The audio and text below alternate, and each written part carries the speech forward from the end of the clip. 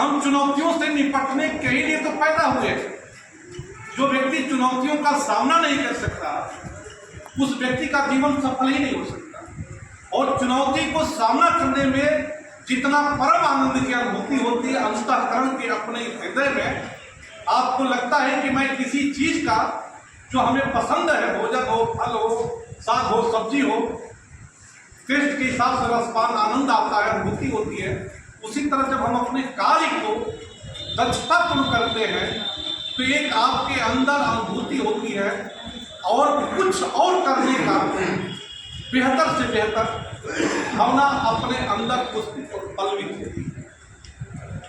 तो हमारा प्रयास यह है कि चुनौतियां आएंगे, उस चुनौतियों को सामना करेंगे अपने कलाकारी से,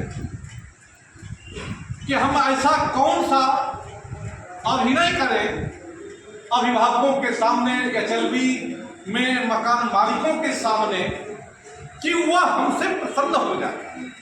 मैंने कल भी बताया था कि जब व्यक्तिगत स्वार्थ की पूर्ति करना होता है अपने को हमको, तो अपने बॉस के सामने सरपट हो जाते हैं, स्वाभाविक। तो ये तो राष्ट्र निर्माण, भारत का भविष्य, कल का एक ये जो हमारा जनगणना 2027 से सर सोलंकी जी, वो एक आईना है। हम सपना देख रहे हैं कि कल का भारत ऐसा, हम कहते तो हैं कि हमारे पास ये सुविधा नहीं है, सरकार है, ये इंडस्ट्री होनी चाहिए, ये संस्था होना चाहिए, ये IIM होना चाहिए, यहाँ पे एम्स होना चाहिए, यहाँ IIT होनी चाहिए। लेकिन ये तब संभव है कि जब हमको लगेगा कि यहाँ पे इतने ज्यादा पढ़े लिखे लोग हैं, यहाँ ऐसी क्वालिटी की जेंट्री है, यहाँ पर ये जरूरत है, तो सरकार वहाँ पे वो निर्माण करेगी। कितने लोगों को शुद्ध पानी नहीं मिल रहा है, कितने लोगों को भरपेट भोजन नहीं मिल रहा है, कितने लोगों के सरों पे छत नहीं है, कितने लोगों को वस्त्र नहीं है, कहाँ पे रोड नहीं है। तो ये सरकार का पैमाना है। इसी पैमाने से सरकार आप तक, लोकतंत्र के द्वारा चुनी हुई सरकार, जिससे हम उम्मीद करते हैं बहुत कुछ, वह वहाँ स्थापित करेगी। तो हमें ये पता चल जाएगा कि कितने लोग लैपटॉप का उपयोग करते हैं, कितने लोग रेडियो का इस्तेमाल करते हैं, कितने लोग स्वच्छ पानी पीते हैं, कितने लोग नदियों, नालों, तालाबों का पानी पीते हैं, कितने लोग हैंडपैप का पानी पीते हैं, कितने लोग छप्पर के नीचे रहते हैं, कितने लोग टीन शेड के नीचे रहते हैं, कितने लोग अच्छे हवेलियों में रहते हैं, कितने लोग शीशे के मकानों में रहते हैं। ये तब पता चलेगा जब आप सटीक जानकारी देंगे।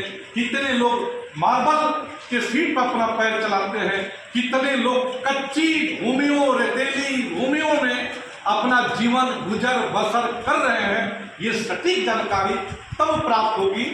बहुत लोगों की हवेलियां हैं, मार्बल है, कुछ लोग ऐसे भी आपसे मिलेंगे कि छप्पर होगा, नीचे कीचड़ होगा और वहां पे अपना जीवन गुजर बसर कर रहे हैं। तो जब वहां आप जाएंगे, मेरा कल भी प्रयास था, तीनों तुमों ने कहा कि आप एक किसी मानिंद व्यक्ति के पास, किसी प्रधान जी के पास, किसी सभासद के पास, किसी लेखपाल के पास, किसी कानूनगोई के पास जाकर के बैठ करके आपको चर्चा नहीं करनी। वो कह देगा अरे बैठो चाय पियो, मैं तो सबको बता दूंगा, सबके घरों की स्थिति को बता दूंगा। कदापि ऐसा नहीं करना है, क्योंकि शासन हमसे बड़ी उम्मीद किया है। ये जो पुनीत कार्य है, ये जो पवित्र कार्य है, ये सबको नहीं मिलता। ये परम पिता परमात्मा के ऊपर जिसकी बड़ी कृपा होती है उसको मिलता है। उनको नहीं बोला, इस रोड पे हजारों लोग चल रहे हैं, हजारों लोग चल रहे हैं, लेकिन सरकार उस हजारों लोगों में से वो नहीं करा सकती। आपसे इसलिए करा रही कि आप जिम्मेदार व्यक्ति हैं, आपसे सवाल सरकार कर सकती है। रोडों पे बहुत कानून से चलते हैं, लेकिन क्या उनको पीठासीन अधिकारी चुनाव लोकतंत्र में उनसे कराती है? जिस गांव में आप चुनाव कराने जाते हैं, उस गांव में एक से एक लोग रिवाल्वर राइफलधारी आते हैं, सफेद पोश, लेकिन आप भले ही हवाई चप्पल आपके पैरों में हो, कपड़े पे प्रेस ना लगा हो, लेकिन आप पीठासीन की कुर्सी पे बैठते हैं, वह वहीं से आपको सलूट मारता है, इसलिए कि उस लायक आपको परमात्मा बनाया है। सरकार वो गुण, आपकी शक्ति, आपकी दक्षता उनमें नहीं आप में देखती है, लेकिन ये एहसास करेंगे कि मैं इस लायक हूं तो मुझे हार लेकर नहीं। ड्यूटी कटती है, लोग कटवाते हैं, सबकी अपनी अपनी कोई किसी के साथ विवाह है, किसी में समस्या है, किसी के घर में शादियां हैं, तमाम परेशानियां होती है। ये मत सोचिए कि इस मैडम का कट गया, ये बड़ी जुगाड़ वाली थी और मेरा अपमान हो गया, नहीं। सबकी व्यक्तिगत अपनी अपनी समस्या है, तो प्रयास करना है। कुल मिला जुला कर मेरा ये है कि आप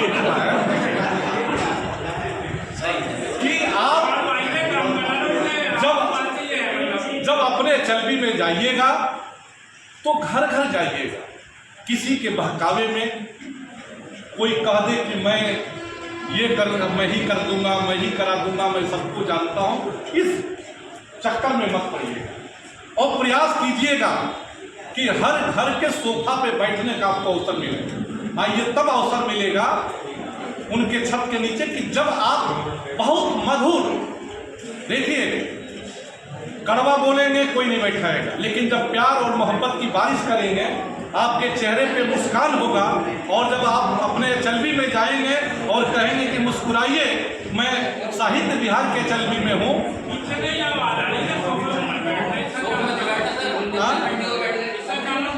वहाँ वाच कर लेंगे कि इनके घर में क्या है, कितने लोग फ्रिज चला रहे हैं, कितने लोग वॉशिंग मशीन चला रहे हैं, कितने लोग आरओ लगाए हैं, कितने लोगों के घर में। एक सवाल है ना कि इस दीवार में क्या कौन सी मटेरियल से बना है।